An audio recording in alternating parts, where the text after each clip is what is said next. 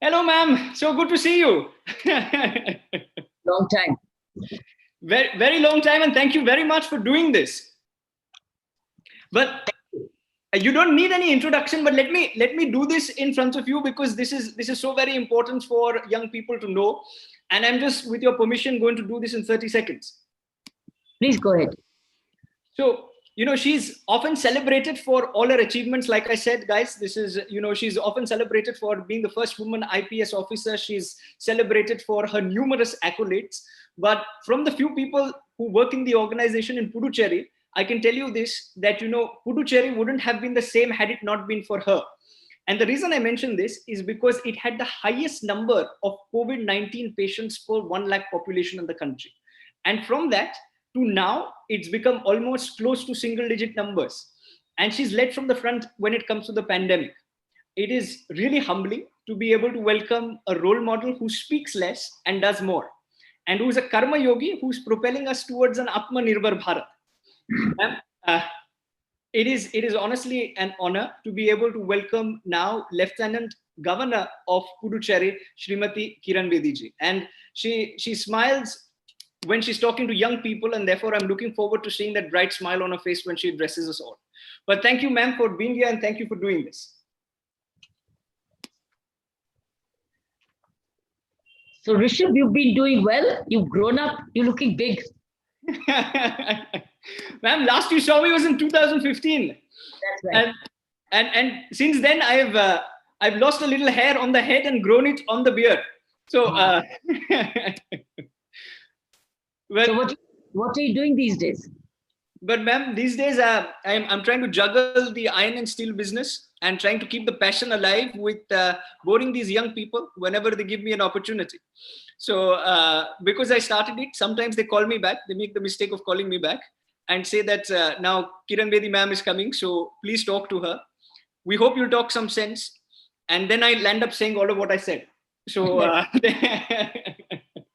but ma'am, just to give you of course you're aware about what the organization does, but in the last 5 years, there have been a few things that the young people have done. I've done nothing in the last 5 years, to be honest, apart from trouble Asha ji saying, when is Kiran ma'am coming back? And she said 2021, Rishabh, and she's kept her promise.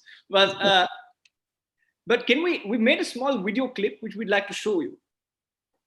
Go ahead.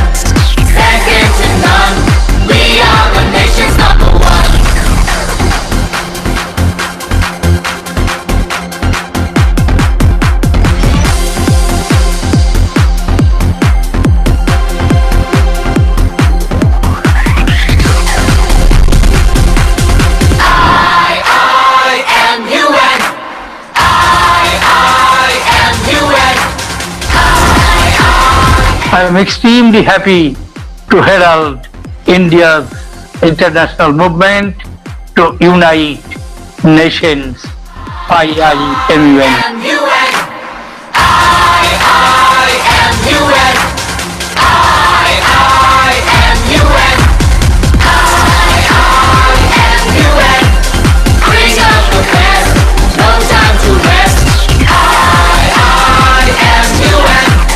Second to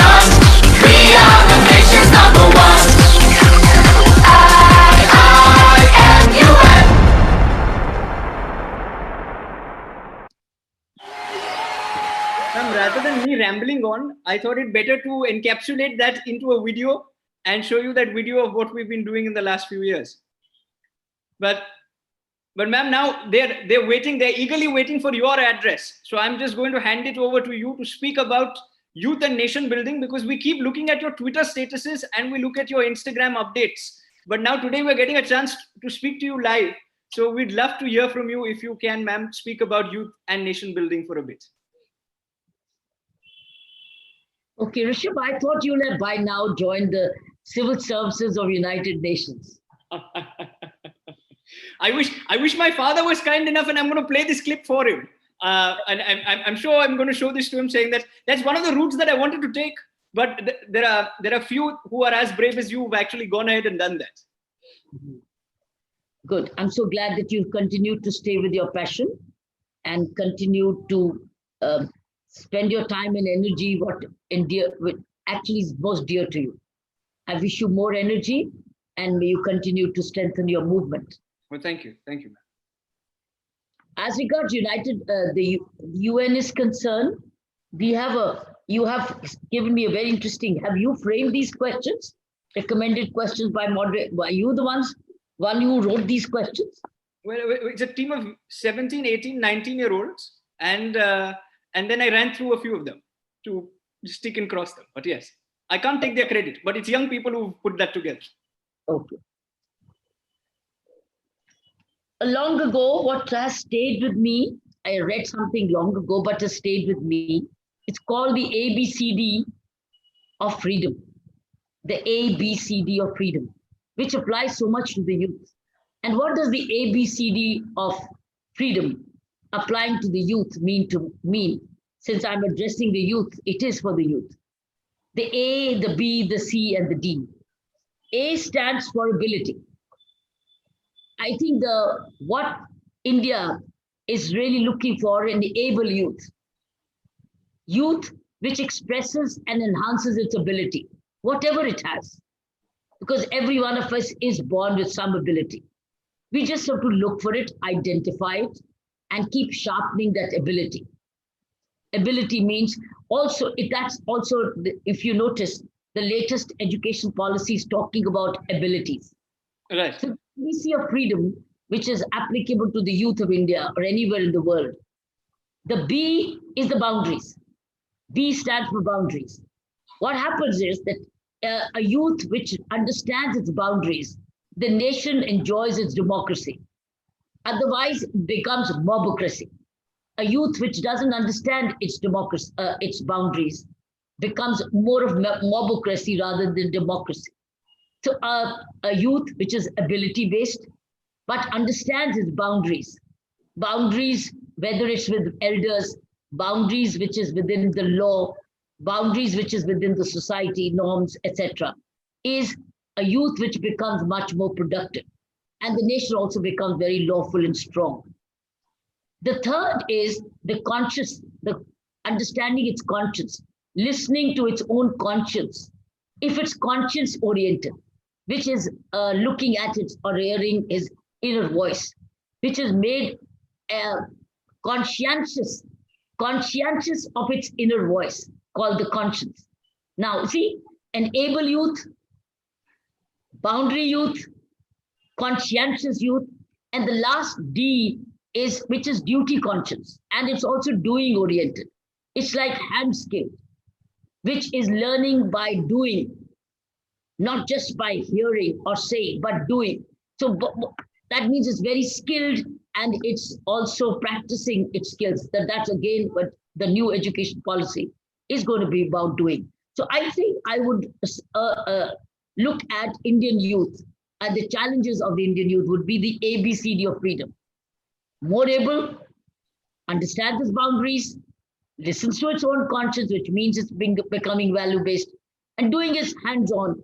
That means the education is becoming the 3H, the head, the heart, and the hands.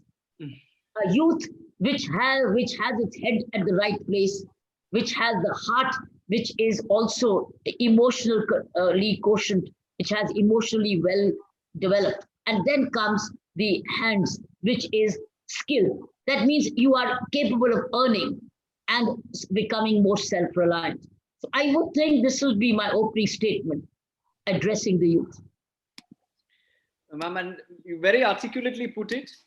You very articulately put the ABCD, and also the Triple H, which you've spoken about. But ma'am, the question that I want to ask you, you said youth, of course, is the future of the country, and that's what we hear a lot of people speak about. But when ma'am, we look at you, we don't look at somebody, like you rightly said, who's why aren't you in civil services? We don't look at you just as a part of civil services or a part of a political party or a part of having done something in terms of the IPS and so on and so forth. Honestly, ma'am, I really look up to you, and I think young people across as a role model for putting the interests of the country first, which is why I want to ask and start with this, ma'am. What is your idea of India and nationalism, ma'am? And what is the kind of nationalism that tomorrow's leaders should imbibe today? That I do nothing which hurts my country. I do nothing which brings any disrespect to my country. That to me, whether I'm having worked at the United Nations, I understand how much we all stand for our flags, respective flags. And when you say, and it's not say, when you are around in India conference, it doesn't say Kiran Bedi, it says India. You're known by the country you're coming from, not the name. Name is known later. But as a participant around such conferences, India said this, or Indian representative, you happen to be. So do nothing which lowers the honor and prestige of your country. Do nothing that lowers the honor and the prestige of your country. And ma'am, what would be then the 3 habits that you would tell a 16-year-old to inculcate? What would be the 3 habits that you think that you would tell the students to inculcate, per se? I think if nothing is without discipline. Nothing in life is achieved without discipline. So inculcation of personal discipline. Personal discipline, hunger for knowledge. Hunger for knowledge, I think is very important, is discipline, hunger for knowledge, and willingness to serve. And willingness to serve. And serve you have, as countless people have who are part of our team and set up in Puducherry have told me. And that's why I was so keen that you make it for today's conversation, because before the pandemic ended, I wanted to get you to answer this. You've always believed in walking the talk, and you are you're somebody who's educated the youth about their rights. But ma'am, my question to you in this is, there are about 1 crore students who participate in our conferences all across. We give them also one of the few things as a target, saying that before you finish the conference, you have to plant a tree, only then you'll get a certificate. Ma'am, if I were to ask you this, you've on ground made so much of an impact, not just during the pandemic, but even before it.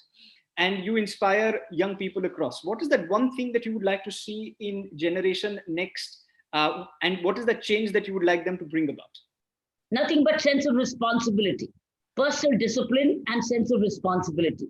Because the moment every youth start talking about not my rights, but my duties, my responsibilities are your rights.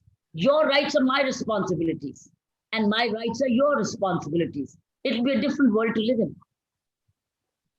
So focus more on the karma yogi part. Don't focus on what your rights are. Focus more on the responsibilities that you have.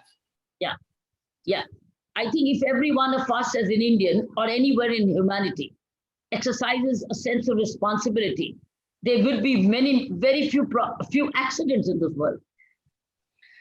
I mean, it's very rightly said that we should have a sense of responsibility as collective citizenry, as the next generation of leaders. We should also put the interest of the country together, and first also in many cases. But sir, but ma'am, my question to you is this: that in a world where you are essentially having countries put their interests first, is there a possibility the utopian name of the organization as it is kept is India's International Movement to Unite Nations? Is there a possibility in a world where everyone's putting their interests and country first, is there a possibility of uniting the world the Indian way? Yes, in the spirit of peace and harmony. In the spirit of peace and harmony.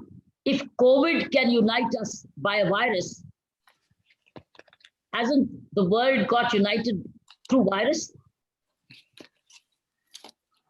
So can there be a spirit of peace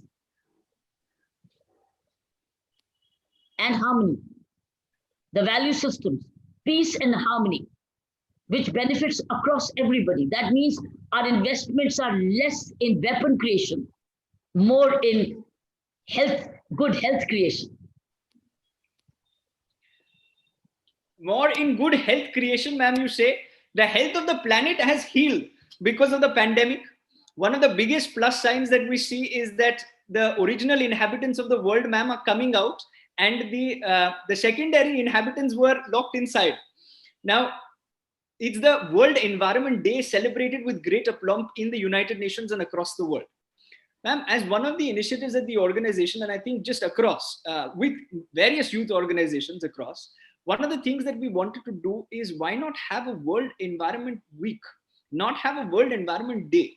Ma'am, your thoughts on actually fructifying this? Is this a possible thing where for 1 week we have a celebration around the World Environment Week? And probably, of course, I don't understand as much of economic policy as you do, but is it possible to keep the original inhabitants outside and the secondary inhabitants inside for 1 week? Because it was the most tranquil. I live in Bombay city, and we only hear the noise of cars passing by, but we never hear the birds chirping. For a change, during the pandemic and that lockdown, we heard the birds chirping. So is this a possibility, or is this again just a far-fetched dream of young people which may not happen? You see, the day the world moves towards more of its needs only rather than wants, there's enough for everybody. Enough for everybody. The point, COVID actually, one of the biggest message which the COVID taught us was focusing more on your needs rather than the wants. The moment we only come back to our essential needs rather than the greed, which is wants, the environment will never get damaged the way it did pre-COVID.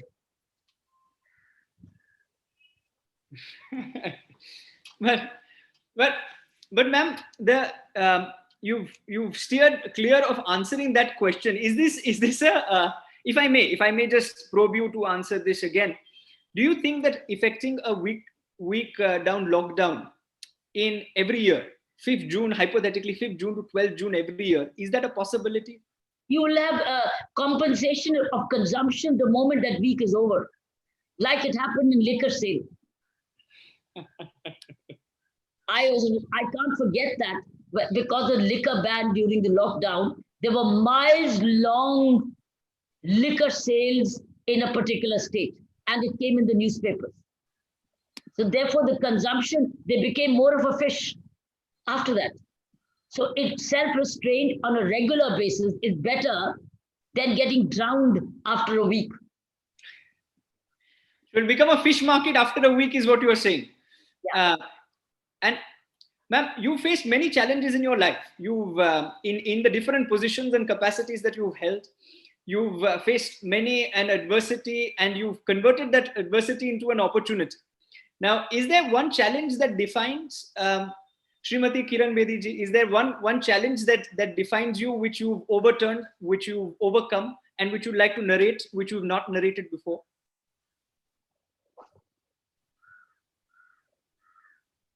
Challenge, I think, is biggest challenge which every one of us faces is, how do we keep growing without your own family besides you?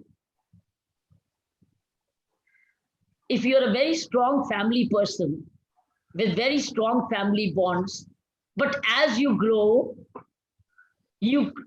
out of it, and the family gets left behind and spreads all over, it's no more because they age. I think this is the challenge. How do you go on without them physically?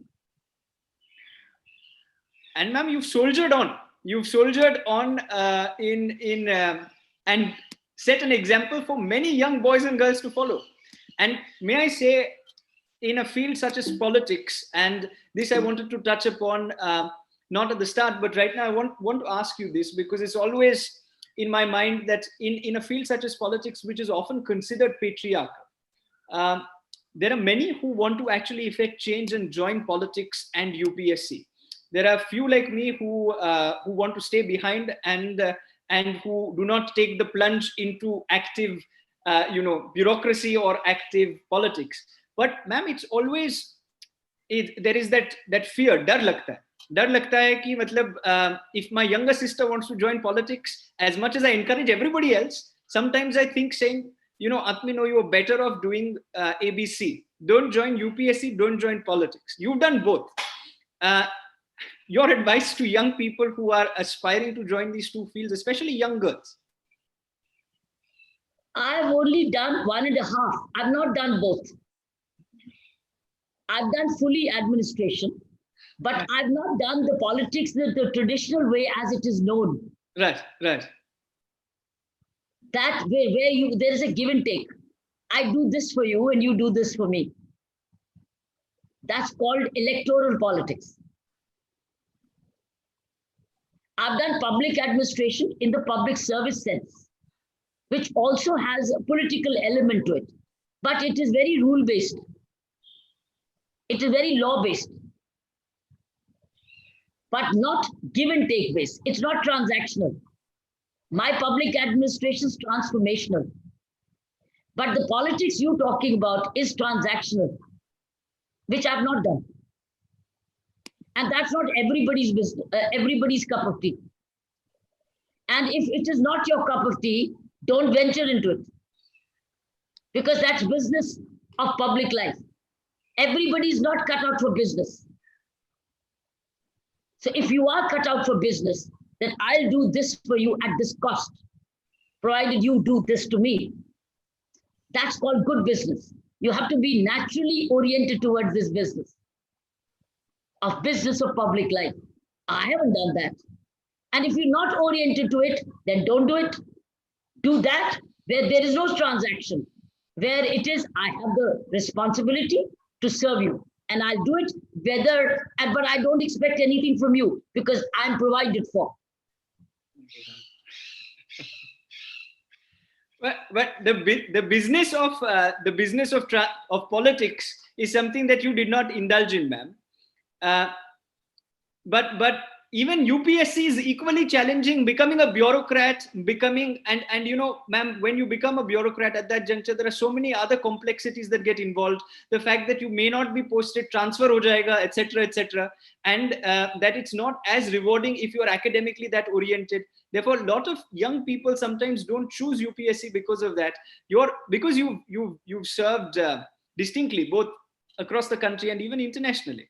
Ma'am, your thoughts for young civil servant aspirants? On the contrary, the UPSC is the most stable transformational service. Okay. No, no challenge. Only the challenge is you yourself. How much you want to give? How much you want to serve? The challenge is not to be transferred from Lakshadweep to Kanyakumari. That's not a challenge. You're home. You're in India. That's not a challenge. So the point here is, if you can be ready to move and like being from Kanyakumari, right, to Ladakh, what's the challenge? You're home. You're in India. But if one starts wondering, I have a right to only be in Ladakh, or I have only a right to be in Kanyakumari, that's your problem. So that's you the problem, not the UPSC. I'm just asking, I'm just being the devil's advocate and asking you all the questions without any reference to Karan Thapar. but let me also take you to a very interesting aspect real quick, which is in terms of education. Ma'am, there are a lot of academicians who are watching this both on the live as we speak in the Zoom chat, and so also across all the Zooms that have been connected and on social media. Ma'am, the internationalization of education is taking place. But in the last few years, now we are seeing the Indianization of education, that is also the counterweight or the balance that is happening. How important is it for the Indianization of education to take place? And what would your message be to the academicians and to the principals and trustees who are watching today? I think the Indianization, in my limited understanding, is spiritualization of education. where it's bringing in the roots of civilization in it, our roots, where we are curious to know who am I and why am I here for. I think the curiosity, it's from consumption to curiosity, who am I? That's called the Indianization and spiritualization, where there's an inner discovery, where the science has no answer, who am I? If you see many YouTube programs these days, and even on Netflix, of near-death experiences, I think life is still, that is what is spiritualizing.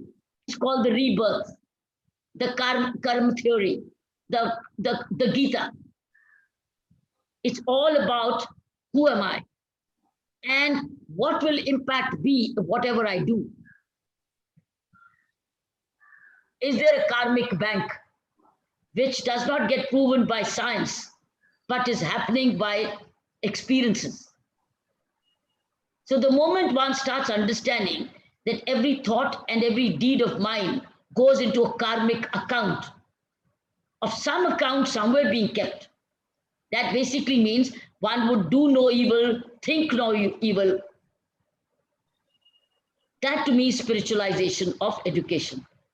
It's taking it's seeping in gradually. If you see the Netflix movie, there's a whole series now these days on near-death experience, right, which is going back to rebirth, the karmic theory, the karma, the yoga. What you said, ma'am, is there is a karmic account, there is debit and credit that happens into that account, and as long as we understand that, I think our life will only have credits and not debits. That is a If the moment one becomes conscious and sensitive to it, your right. every thought, word, deed is in alignment. And you are only one face and not many.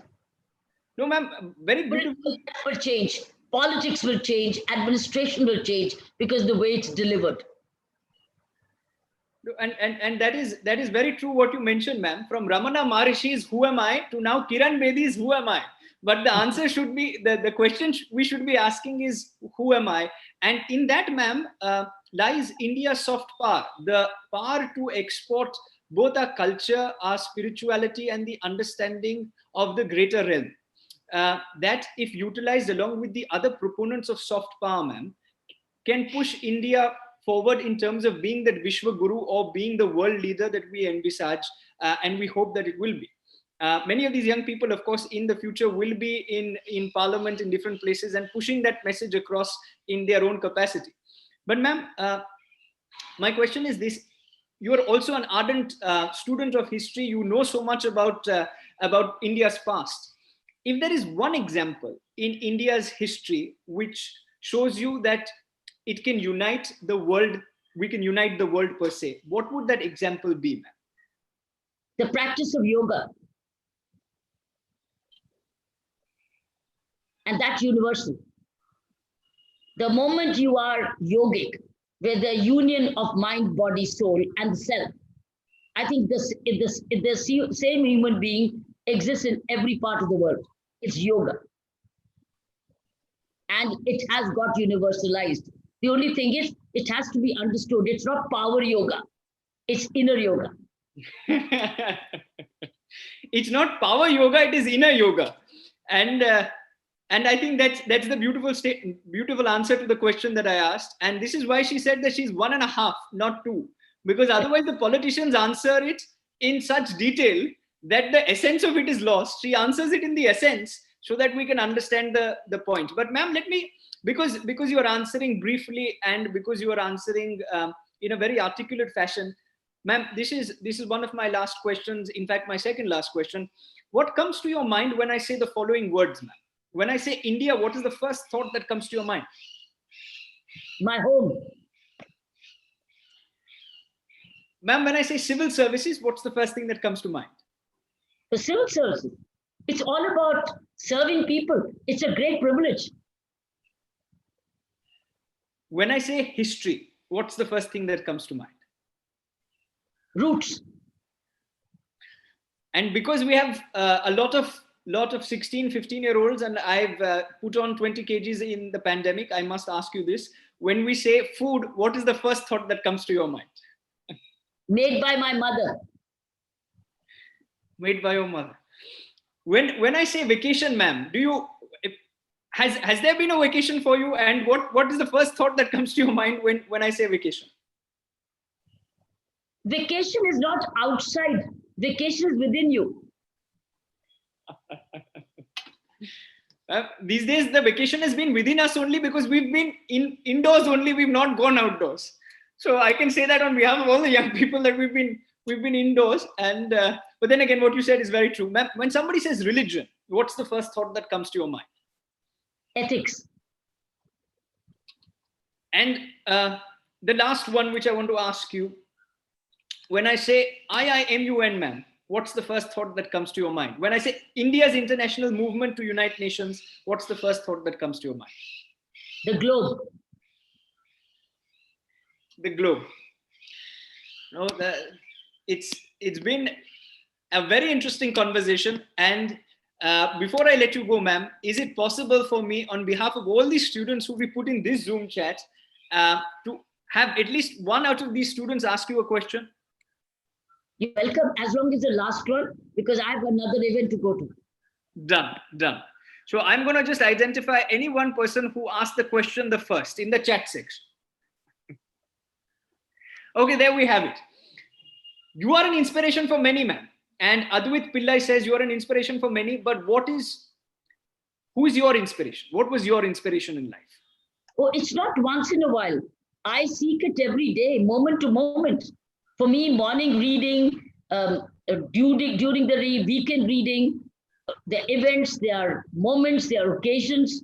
It's not once in a lifetime. If for me, every day, a fresh breath, freshness of thinking, freshness of reading, freshness of happening, which inspires me is inspiration. It's not what was yesterday is gone. I need it again. It's like good health, good thinking every day. It's a daily nutrition. It's a daily nutrition.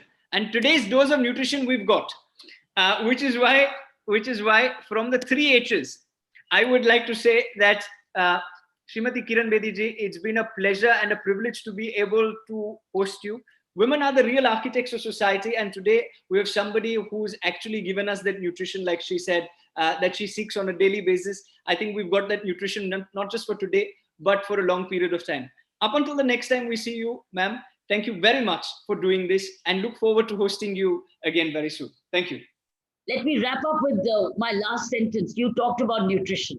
Right. I've been saying every day, when you get up in the morning, ask yourself, do you want to be today in hell or in heaven? You choose heaven. The whole day becomes heavenly. You choose heaven and the whole day becomes heavenly. From tomorrow, I'm going to get up. The first thing I'm going to do is choose heaven. I'm going to look upwards. I'm going to say, just like one of the other speakers who was slated to speak, who keeps looking at the heaven when he used to score centuries, Sachin Tendulkar, he used to look at the heavens and he used to say, thank you. I'm going to look at the heaven. I'm going to choose heaven every day. No, I'm going to choose heaven within. Heaven is not outside. It's heaven within. I meant heaven within, but just looking at the heaven outside and looking then within. But it's outside within. Absolutely. Everything is inwards and everything is within. That is very true. And Srimati Kiran Bedi ji, thank you very much on behalf of all the 26,000 students who work at IIMUN. It's a great pleasure and a privilege to be able to do this with you. Thank you. Thank you very much, Rishabh. Thank you.